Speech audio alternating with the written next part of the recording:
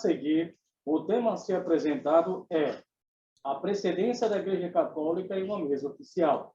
Presidente da mesa, Padre José Silvio de Brito, Rio Grande do Norte, vigário episcopal para o clero e cerimoniário da Arquidiocese de Natal, Rio Grande do Norte. Palestrante, Emília Nunes Piauí, cerimonialista na Associação Piauiense de Municípios, membro da Academia Brasileira de Cerimonial e Protocolo, da BPC e do CNCP Brasil. Presidido a mesa, com a palavra, Vossa Reverendíssima José Silvio de Brito. Bom dia, Zuleide, presidente deste evento tão importante e singular. Bom dia a todos os demais que estão vivenciando este momento. É com alegria que participo com vocês deste momento e uma alegria também de apresentar Emília Nunes, que há 17 anos atua nesta área como cerimonialista pública, né? Formada em nutrição pela Universidade Federal do Piauí e pós-graduada em controle na administração pública pelo Centro Unificado de Terezinha. Foi professora concursada do Departamento de Nutrição Federal do Piauí, primeira secretária da Ação Social da Arquidiocese de Teresina. Atuou como chefe do cerimonial do Governo do Estado do Piauí, chefe do cerimonial de eventos da Associação Piauense dos Municípios, chefe de gabinete da Secretaria de Comunicação da Prefeitura de Terezinha, assessora técnica do cerimonial do Governo do Estado do Piauí, assessora do cerimonial do TCE do Piauí, foi diretora de eventos do Comitê Nacional de Cerimonial e Protocolo e membro do Conselho Consultivo. Atualmente, compõe a equipe de cerimonial da Associação Piauense de Municípios, membro do Comitê Nacional de Cerimonial e Protocolo, da Associação Brasileira dos Profissionais de Cerimônia, Associação Municipal de Protocolo, a Academia Brasileira do Cerimonial e Protocolo, ocupante da cadeira 24, que leva o nome do embaixador Aloysio Napoleão, acadêmica, correspondente da Academia Argentina de Cerimonial, instrutora do Cerimonial Público e Protocolo da Escola de Legislativo do Piauí e da Escola dos Municípios. Recebeu treinamento no Ministério das Relações Exteriores, no Itamaraty, foi coordenadora, foi condecorada com a medalha do Conselho Saraiva da Prefeitura Municipal de Terezinha e inscrita na Ordem do Mérito Renascença, grau comendador do Governo do Estado do Piauí. Então, esta pessoa que estou falando é Emília Nunes. Devido ao tempo, não será possível responder a perguntas aqui, mas todos poderão enviar pelo chat e colocando o seu e-mail e a sua pergunta. Então, com a palavra, Emília Nunes. Bom dia a todos. Na pessoa da nossa presidente Zuleide Gonçalves, eu cumprimento todos os colegas cerimonialistas que estão nos assistindo neste momento e quero mandar um abraço especial, né, na pessoa de minha colega Nete Marques, chefe do cerimonial do Tribunal de Contas do Estado do Piauí, para todos os meus amigos cerimonialistas desse estado tão querido. Todos estão me ouvindo? Sim.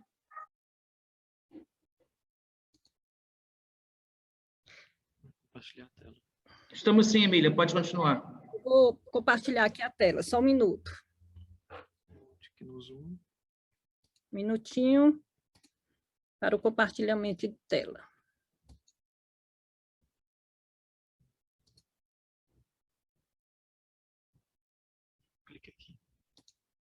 aqui no branco.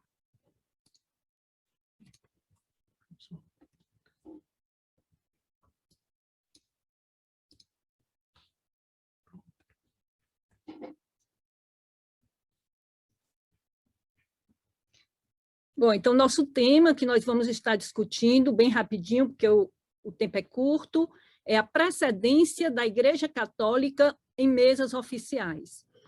Esse tema, ele veio em decorrência de questionamentos quando eu ministrava os cursos de cerimonial. Professora, por quê? Né? Por que a Igreja Católica? Nós estamos num país laico. Né? Então, isso aí me fez a fazer um estudo para que a gente possa entender o porquê desta alta precedência. Todos nós conhecemos, né, o decreto 70.274, que aprova as normas de cerimonial público. Ele é de março de 72, é um decreto caduco? É um decreto caduco. É um decreto que está aposentado? Deveria estar, mas é o decreto que rege o cerimonial público brasileiro.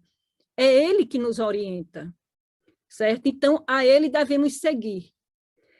Nesse decreto, nós sabemos que ele trata de várias coisas, ele é o nosso norte, né? Com relação, ele trata da precedência nos estados e Distrito Federal, personalidades nacionais e estrangeiras, das audiências, livros de visita e tantas outras coisas que norteia o cerimonial público brasileiro. No final deste decreto, nós temos o quê? Nós temos a Ordem Geral de Precedência. Ele nos fala sobre a precedência das cerimônias de caráter federal na capital federal, precedência nas cerimônias oficiais nos estados da União, com a presença de autoridades federais, e fala da precedência nas cerimônias de caráter estadual. E o único momento que ele nos fala do município, né, é no artigo 10. É a única referência que ele faz. Nos municípios, o prefeito presidirá as solenidades municipais. Mas todos nós sabemos que, por analogia, o que é atribuído ao governo do Estado, nós levamos para o município. A ordem, vamos começar por aqui para que a gente possa entender, somente como ilustração. A ordem de precedência nas cerimônias oficiais de caráter federal na capital da República será a seguinte: o presidente da República, vice-presidente da República, e atentem bem, veja o que vem seguindo: cardeais, embaixadores estrangeiros, o decano dos embaixadores no Brasil é o núncio apostólico, depois nós vamos lá na frente entender direitinho isso aí, presidente do Congresso Nacional, presidente da Câmara dos Deputados, e assim vai. Isso aqui eu não vou entrar em detalhes, porque todos nós conhecemos. E aí vem a pergunta, né? A nossa curiosidade.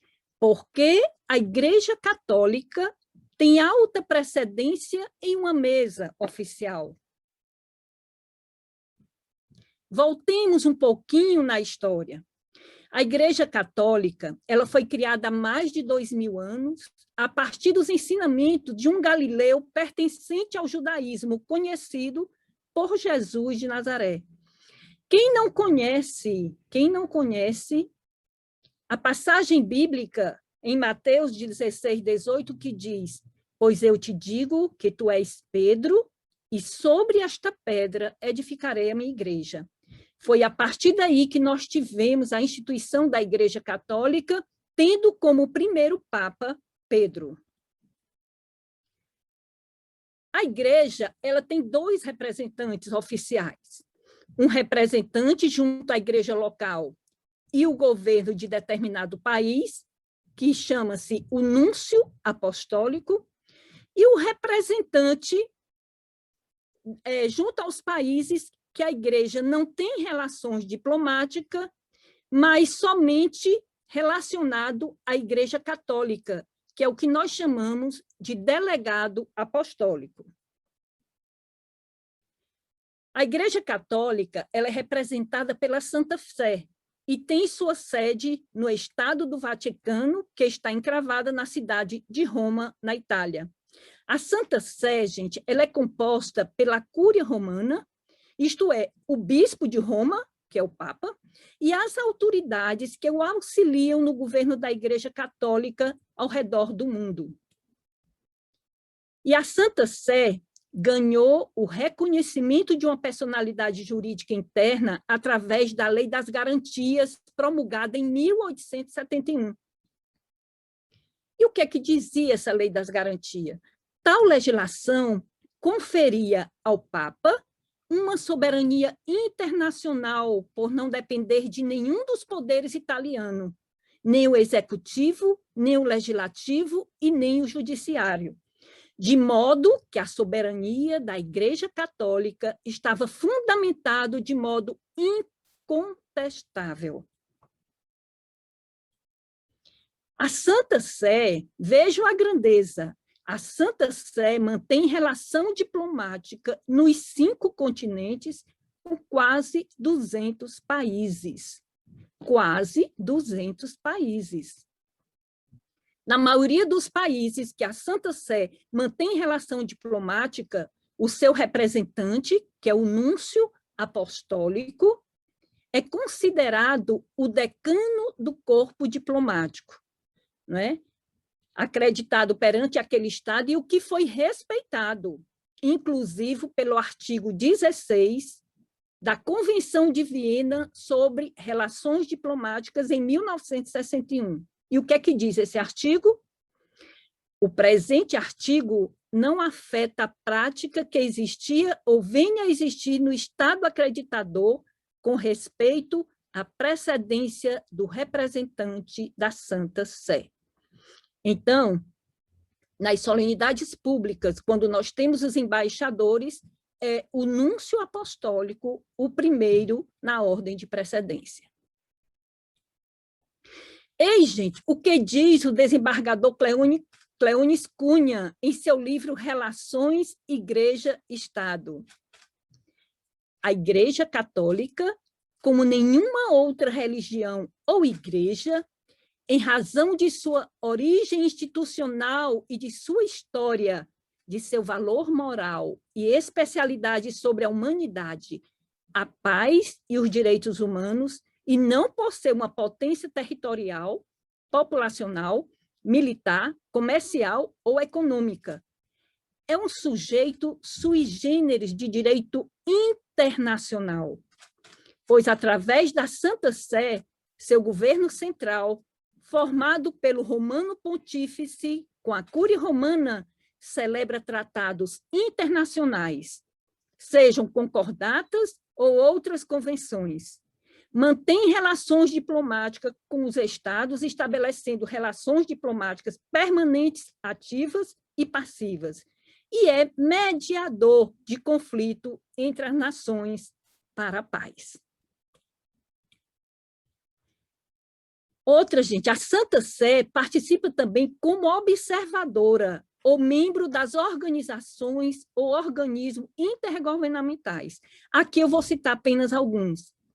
Nações Unidas, Organizações dos Estados Americanos, Organizações das Nações Unidas para a Alimentação e Agricultura, Liga dos Estados Árabes e União dos Estados Africanos,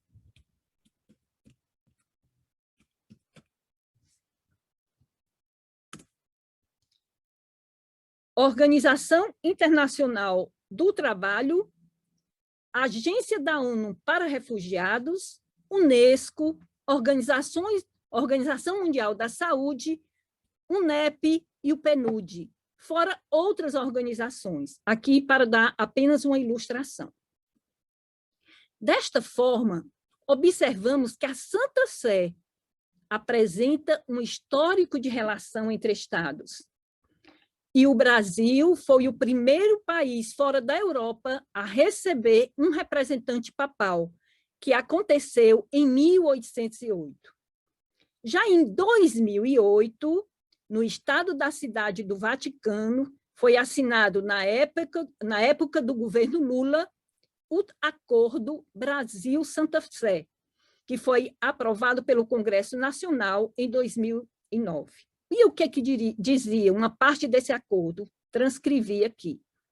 As altas partes contratantes continuarão a ser representadas em suas relações diplomáticas por um núncio apostólico acreditado junto à República Federativa do Brasil e por um embaixador ou embaixadora do Brasil acreditado junto à Santa Sé, com as imunidades e garantias asseguradas pela Convenção de Viena sobre Relações Diplomáticas em abril de 61 e demais regras internacionais. Então, assegurada pela Convenção, as garantias de imunidade pela Convenção de Viena. Lembro que na Convenção de Viena, anteriormente, o que eu falei, que o Papa é considerado o decano dos embaixadores.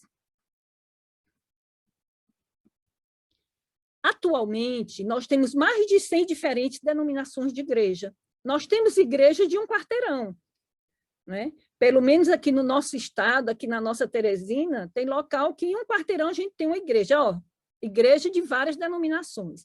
É nestes casos que deve entrar o bom senso do cerimonial, pois a ordem de precedência, ela leva em consideração a representação popular que dada confissão religiosa abarca. É em razão disso que no decreto consta que a precedência do chefe de igrejas sediadas no Brasil é anterior à do arcebispo católico, pois um arcebispo não é chefe da Igreja Católica como um todo, mas apenas de uma província. Aí vem agora, em relação aos cardeais, que recebem honra de vice-presidente. A gente até se questiona, ora, mas se o núncio apostólico é o representante oficial do Papa, é o embaixador do Vaticano no Brasil, por quê? Né? Porque os cardeais precedem a este embaixador. Então, o motivo está no fato de os cardeais serem os príncipes da igreja, já que podem suceder o rei do Vaticano. Então, os príncipes e herdeiros, ele vem na precedência logo após o vice-presidente. Daí, né, a justificativa por que os cardeais antecedem o embaixador do Vaticano. Assim, o artigo 14 do decreto 70.274, de 9 de março de 72, assevera: os cardeais da Igreja Católica, como possíveis sucessores do Papa, têm situação correspondente à dos príncipes herdeiros. É preciso perceber que a precedência em uma mesa oficial de um representante da Igreja Católica em uma solenidade no Brasil não é uma questão de preferência de um cerimonialista nem de um governo. De fato, trata-se da observância de regras pré-estabelecidas, uma vez que a Santa Sé corresponde ao Estado do Vaticano, reconhecido mundialmente como sujeito soberano e de direito internacional.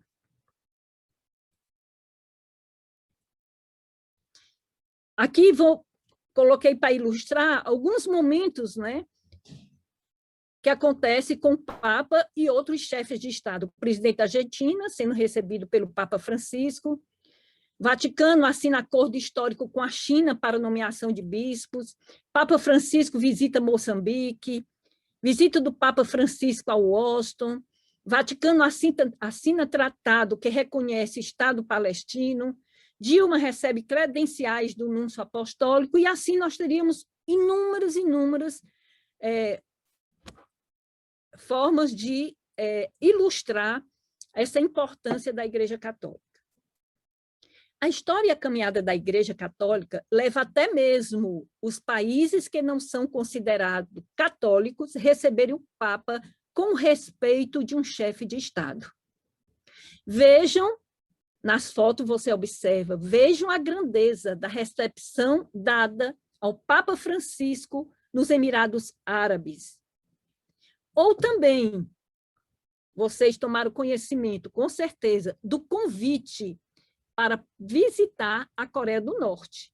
o Papa já recebeu convite para visitar a Coreia do Norte, o país mais fechado do mundo, considerado ateu e comunista.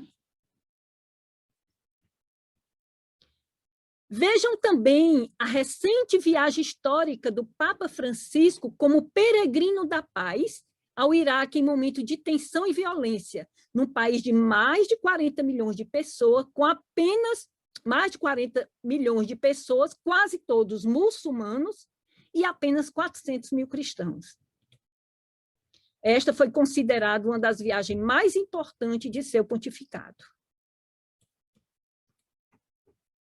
A questão do Estado laico não pode ser colocada aqui, já que a precedência da Igreja Católica é um direito internacional, é um direito baseado em convenções internacionais. Os fundamentos referentes à precedência da Igreja encontram-se no Tratado de Latrão, no Congresso de Viena, na história da própria Igreja e no Acordo Brasil-Vaticano. Além disso, quem estabelece relações diplomáticas com o Vaticano sabe que está estabelecendo relações com o diferente, com um Estado totalmente teocrático. Diante do exposto, verificamos que, apesar de pertencermos a um Estado laico, não podemos confundir a história e a importância da Igreja Católica no cenário nacional e internacional. Lembrando que o catolicismo é a única igreja que é institucionalizada como Estado, com população, território e governo. Por isso, entende-se que a alta precedência da Igreja, conforme consta no decreto 70.274, surge em decorrência de sua história no mundo, de sua importância também política junto à nação brasileira. Isso é o que eu tinha para falar para vocês, para que pudéssemos entender, né, um pouquinho da história, né? A história da nossa igreja é longa. Quero dizer que, apesar de ser católica, não está aqui nenhuma tendência para querer puxar, como se diz o ditado, a sardinha para o nosso lado, mas é uma questão histórica, é uma questão de reconhecimento internacional. O Papa, quer queira, quer não, é um chefe de Estado, o Vaticano é um Estado, o Papa é chefe de Estado. Como chefe de Estado, ele tem suas representações nos países que ele tem representação diplomática. Agradeço a Zuleide pelo convite, ao Padre Silvio, que está aqui presidindo esta mesa. Me coloco à disposição para qualquer questionamento, posteriormente estar respondendo. Como o Padre Silvio falou no início, o nosso tempo é curto, certo? E já estamos com um pouquinho de atraso, já temos aí outras palestras maravilhosas, tenho certeza que será tão maravilhosa como foi a que nós assistimos anterior à minha, e desejando que este evento continue com todo sucesso. Padre Silvio, com o senhor para as considerações finais. Ok, Emília, só posso lhe dar os parabéns, viu? Você, com muita tranquilidade, apresentou o tema, que muito bom. Realmente, é tudo isso que você falou, é muito importante quando você frisa que não é uma questão de gostar do governo ou coisa assim, mas é a questão da hierarquia, da hierarquia não, da sequência, né, de ordem, de precedência, a partir do Vaticano, que é um país, né, é um país e o Papa é o presidente deste país. Então, fiquei muito feliz com a sua apresentação, vi aqui um chat e as pessoas também mostrando essa satisfação, que Deus abençoe você sempre mais. A gente tem que agradecer a todos e esperamos que, com isso, todos os cerimonialistas possam ter tirado as suas dúvidas. Qualquer coisa, envie a pergunta, teremos maior alegria em responder. Obrigado, Zuleide, pela oportunidade. Obrigado, Emília, pela sua excelente apresentação.